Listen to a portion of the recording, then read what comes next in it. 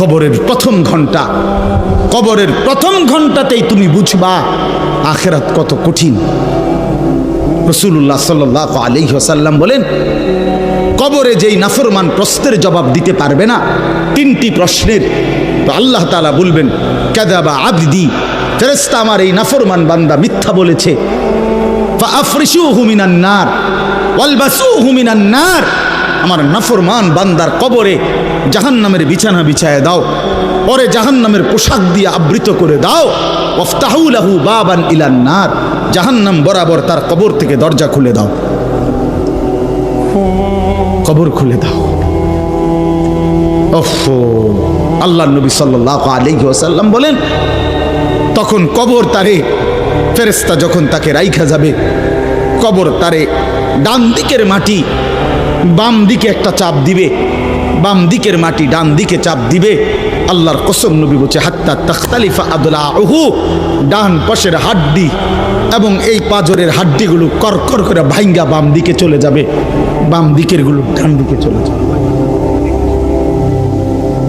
ভাইয়া আমার, তুমি তোমার উপরে রহম করো।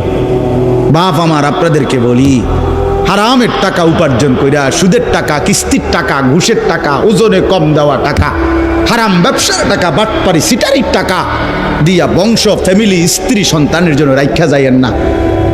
ওরা আমনেরে বরবাদ করবে, আপনি নিজেও বরবাদ হইলেন, ওরারও বরবাদ করলেন। শুধু শুধু শুধু শুধু আপনি মূল্য পৃথিবীতে কামাই রোজগারই থাকবে, আর পৃথিবীতে যেত রোজগার থাকবে আপনার ফুতেই কামাই করতে পারবো। আপনি হালালভাবে যে দূর পারেন করে দিয়েছে, বাকিটা আপনার ফুতে করবে। না পড়লে মরে যাবে, অসুবিধা কি? না খাইয়া যদি কেউ মরে যায়, তাহলে মৃত্যুবরণ করা তো বেজ্জুতি, ঠিক না? কথা বলেন না কেন? না না, বলেন বলেন। কেউ মরে যাওয়া এটা কি শরমের কথা নাকি? ভাই বলো, ছেলে বলো। আরে ছি ছি ছি ছি, ওটা মরে গেল, কেমন শরমের কথা এটা? এমন এটার কথা হইলো কোনো? তো যে মরলে কিছে, মনে করেন না খাইয়া মরেই গেছে, তো মরলে কিছে, মরণ কি শরমের কিছু? তো বাপ দাদা 14 গোষ্ঠী মরছে, তো আমি মরলে সুবিধা কি? আহা, এজন্য বন্ধু আল্লাহ তাআলা বলছেন ওয়ালাউ তারা ইদিয যালিমুন, এই শোনেন বন্ধু, আপনি যদি একটা নজর দেখতেন, আমরা তাফসীরে কিতাবে পড়ছি আত-তাযকিরা, ইমাম কুরতুবী রাহমাতুল্লাহ আলাইহির কিতাব আত-তাযকিরা ফি আহওয়ালিল মাউতা ফিল আখিরা, অনেক সুন্দর কিতাব, বাংলা অনুবাদ হয়েছে মৃত্যুর ওপারে। ইমাম কুরতুবীর খুব সুন্দর, অনুবাদটাও অসাধারণ। এই বইতে আছে ইব্রাহিম আলাইহিস সালাম একবার আজরাইলকে বলছিল, মালাকুল মউত আজরাইল, নাফরমানের জান কবজ করবার সময় তুমি যেই চেহারাটা হয় তোমার, ওটা আমার একটু দেখাও। মালাকুল মউত আজরাইল বলছিল, হে আল্লাহর নবী, কসম আপনি এটা দেখতে চাইেন না, আপনি সহ্য করতে পারতেন না। ইব্রাহিম আলাইহিস সালাম বললেন, না মা আজরাইল, আমি এটা দেখুমই, তুমি আমারে দেখাও একটা নজর। মালাকুল মউত আজরাইল কোন পাপী ব্যক্তির জান কবজের সময় যেই বিভৎস কুৎসিত আকৃতি ধারণ করে, আল্লাহর কসম ওই আকৃতি যখন ধারণ করছেন ইব্রাহিমের সামনে, ইব্রাহিম নবী সাল্লাল্লাহু আলাইহিস সালাম একটা চিৎকার মাইরা বেহুশ হয়ে গেছে। লম্বা সময় পরে যখন হুঁশ আসছে, তো আমি নিজে পড়ছি কিতাবে, আরবি কিতাবে, ইব্রাহিম আলাইহিস সালাম আল্লাহকে বলছে, আল্লাহ আপনার জাতের কসম মাওলা, কোন নাফরমান পাপী তার কবরের আযাব, আখিরাতের আযাব, জাহান্নামের আযাব কিছুই লাগবে না, শুধু মালাকুল মউত আজরাইলের এই বিভৎস দৃশ্য যদি সে একবার দেখে, তো তার 60 বছরের নাফরমানির শাস্তির জন্য এটাই যথেষ্ট।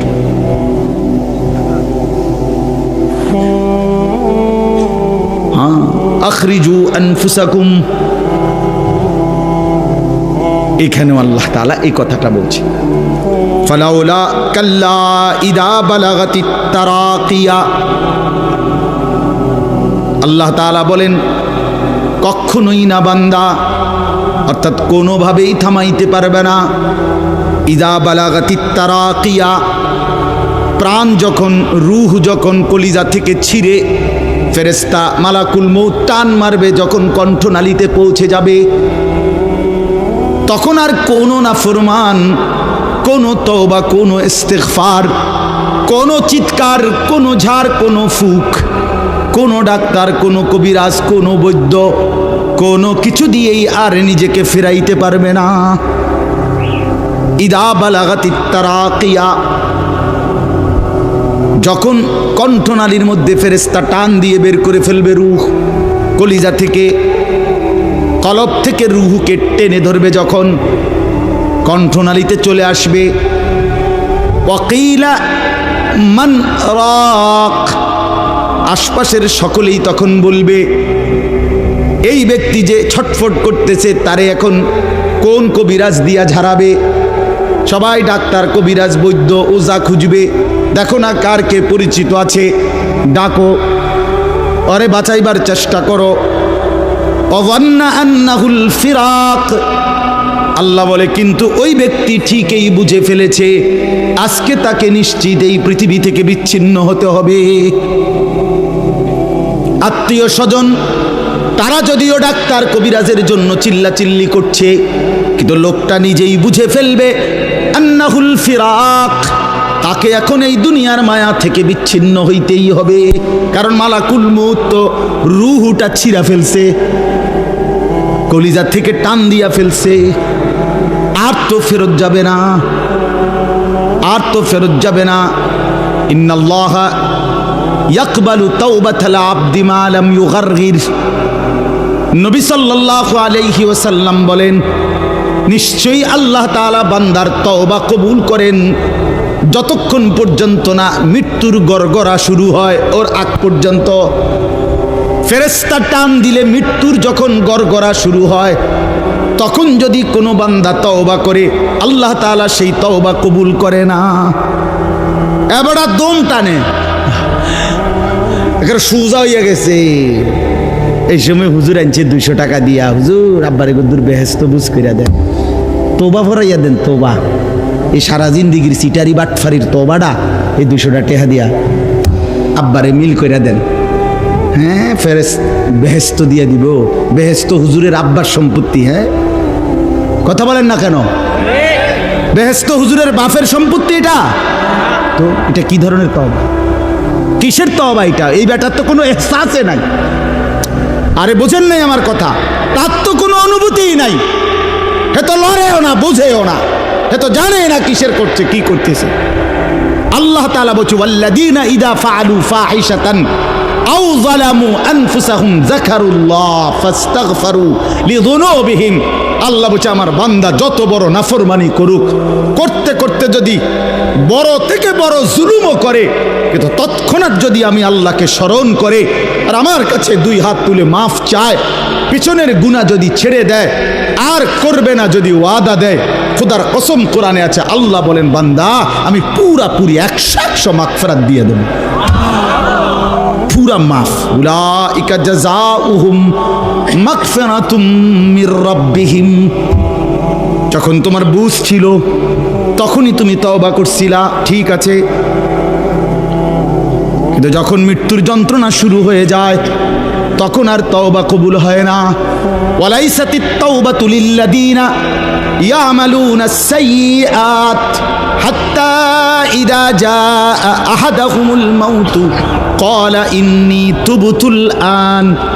এই যে কোরআন শরীফের আয়াত, আল্লাহ বলেন ওই ব্যক্তির তওবা নয়, পুরা জিন্দেগি নাফরমানি করেছিল, অতঃপর যখন মৃত্যুর সময় আসলো আজরাইল উপস্থিত হলো, এখন বলতেছে আমি আল্লাহ এখন তওবা করলাম। আল্লাহ বলে না বান্দা, এমন তওবা হবে না। তাইলে তওবা করবেন কখন? এখন। কখন বাবা? এখন। আজ দিমাগ আছে যখন, আকল আছে যখন, বুঝ আছে যখন। আল্লাহ আমাদেরকে বুঝার তৌফিক দান করেন।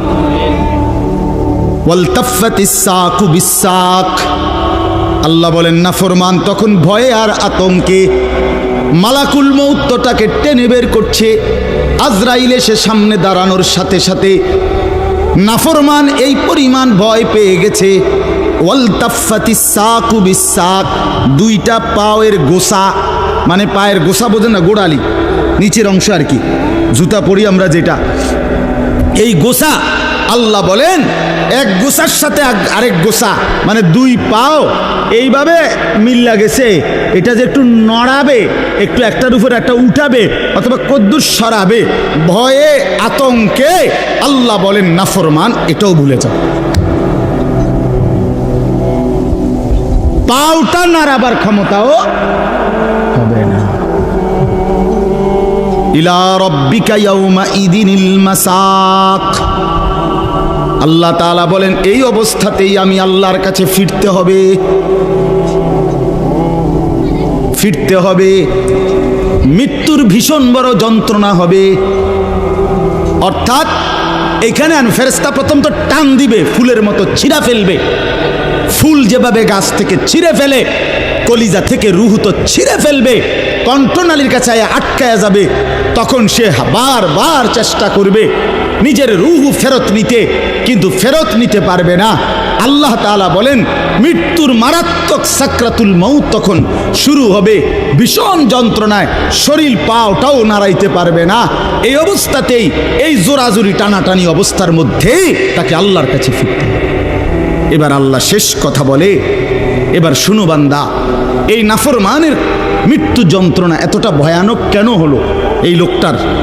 আল্লাহ তাআলা বলেন ফালা, ওই ভাই ছেলেরা শোনো, ভাই আবার শোনো, যা এই ধমকাইছি, খোদার কসম দুশ্মনী নিয়ে ধমকাই নাই, তোমার সাথে কোনো বিদ্বেষ নিয়ে ধমকাই নাই, কলিজা ভরা এটুকু ফিকির নিয়েই বলি যে এক ছেলে বদলে যাক, একটা নওজোয়ান বদলে যাক, সারা দিনের চিৎকার চেঁচামেচির দ্বারা, এই দিবানিশির এই বলার দ্বারা যদি একটি বাচ্চাও, একটা ছেলেও, একটা কিশোর, একটা যুবক, একটা তরুণ, একটি মুসলমানের মা মেয়ে যদি বদলায়, হতে পারে ওই একজনের উসিলায় আল্লাহ আমাদেরকে মাফ করে দিবে। এই আশায় ভাইয়া, এই আশায় যুবক ভাইয়া, তোমরা ইসলামের দিকে ফেরা দরকার, তোমরা আল্লাহর দিকে ফেরা দরকার। চারিদিকে সারা পৃথিবী জুড়ে সমস্ত ষড়যন্ত্র ইসলামের বিরুদ্ধে, মুসলমানের বিরুদ্ধে। তোমরা দেখছো ভাইয়া, গাজার মধ্যে মুসলমানের রক্তে ভাসতেছে, ফিলিস্তিনে মুসলমানের রক্তে ভাসছে, আজ আবার লেবাননে মুসলমানের রক্তে জমিন ভেসে গেছে। এত রক্ত প্রতিদিন মুসলমানের ঝরছে, এরপরও কেমনে নামাজ না পইরা থাকো, এরপরও কেমনে দুশ্মনের মতো চলাফেরা করো, কার মতো চুল সাজাইলা, কার মতো জামা পরলা, কার মতো নিজেকে পরিচয় দিলা, যেই বেঈমানদের সাথে তোমার চুল, জামা, শরীর, প্যান্ট, কথাবার্তা মিলাইছো, খোদার কসম ওরা তো প্রতিদিন মুসলমানের রক্তে জমিন ভাসায় দিচ্ছে,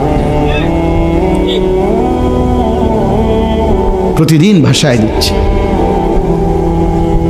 এটা তো ভাবা উচিত, ভাবা উচিত। সারা দেশে, আমার এই ছোট্ট বাংলাদেশেও কি পরিমাণ ইসলাম এবং মুসলমানদের বিরুদ্ধে ষড়যন্ত্র। আমি গত আগস্ট মাসে উত্তরবঙ্গ ছিলাম, 40 দিন দাওয়াত তাবলিগের সফরে, আল্লাহর রাস্তায় মেহনতে 40 দিন এক চিল্লা সফরে ছিলাম। জুলাই মাসের 31 তারিখ থেকে সেপ্টেম্বরের 9 তারিখ পর্যন্ত।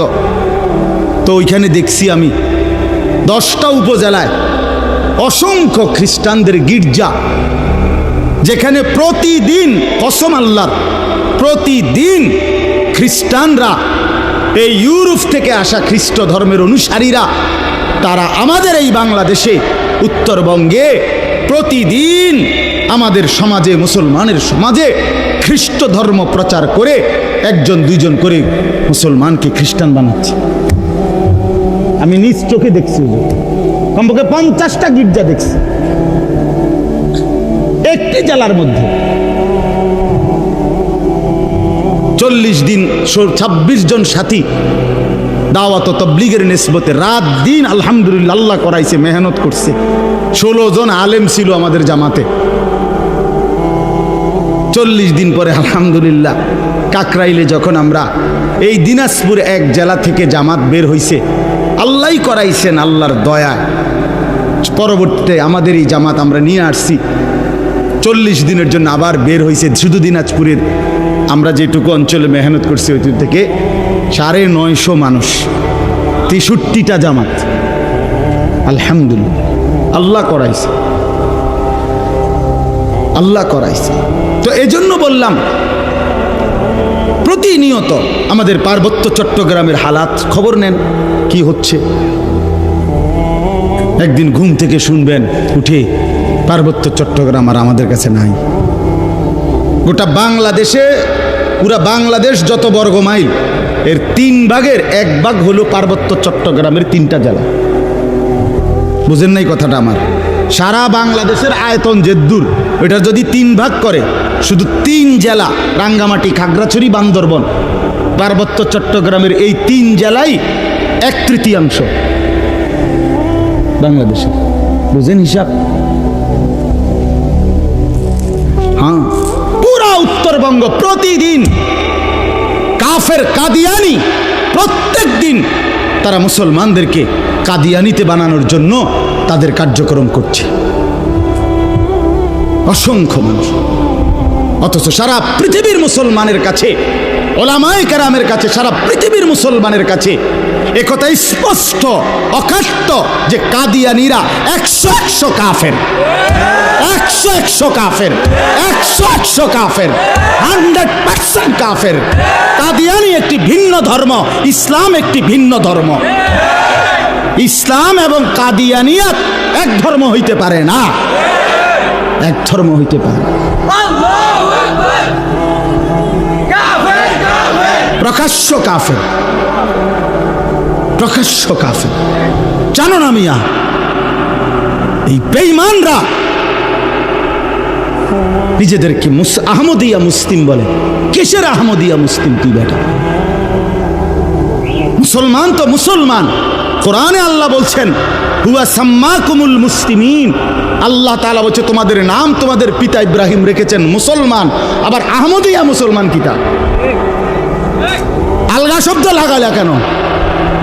মুসলমান তো মুসলমানই, এটার লগে আবার আলগা টাইটেল লাগানোর কি দরকার আছে? সাদা মুসলমান, কালা মুসলমান, হ্যাঁ চিটেঙ্গা মুসলমান, দেখিতা এটা কোনো দরকার আসেনি? আপনি বলেন না, মুসলমান তো মুসলমান।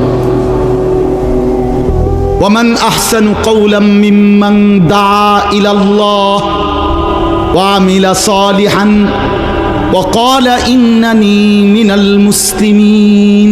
এই যে আল্লাহ বলছে সর্বোত্তম মানুষ, সর্বশ্রেষ্ঠ মানুষ হলো 3 ব্যক্তি। 1 নম্বরে যে মানুষকে আল্লাহর দিকে ডাকে, 2 নম্বরে যে যাবতীয় নেক আমল করে, 3 নম্বরে সর্বদাই যে নিজেকে মুসলমান পরিচয় দেয়। কি পরিচয় দেয়? আমি মুসলমান, নাকি আমি ঢাকাইয়া মুসলমান, আমি মুসলমান, খাস খালাস। আল্লাহ আমাদেরকে মাফ করে দেন। আমার ভাই, আমার ছেলেরা, আমার নওজোয়ানরা ফেরা দরকার।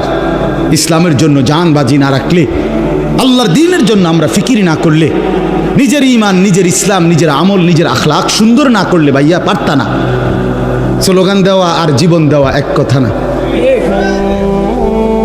স্লোগান দেওয়া সহজ ভাইয়া, তো দুশ্মনের মোকাবেলায় দাঁড়ানো কঠিন, কঠিন। এই জন্য ভাই, নিজের কলিজার ভিতরে যদি ঈমান না থাকে, আখিরাতের ফিকির না থাকে, কপালে যদি সেজদা না থাকে, তুমি কাফেরের মোকাবেলায় দাঁড়াইতে পারত না, মাহাদির পক্ষে থাকতে পারত না, দাজ্জালের বিরুদ্ধে লড়তে পারত না। আল্লাহ আমাদের প্রত্যেকটা যুবককে মাহাদির সৈনিক বানিয়ে দেন। শেষ কথা হলো এটাই বলতেছিলাম, কেন মৃত্যু যন্ত্রণা হবে, জান কবজের কষ্ট হবে কার? আল্লাহ বলেন কেন? এই ফালা সাদ্দাকা ওয়ালা সাল্লা। আল্লাহ বলেন কারণ হলো সে আমি আল্লাহর কথায় বিশ্বাস করে নাই, আমি আল্লাহর উপরে বিশ্বাস করে নাই, এবং ওয়ালা সাল্লা 5 ওয়াক্ত নামাজ আদায় করে নাই।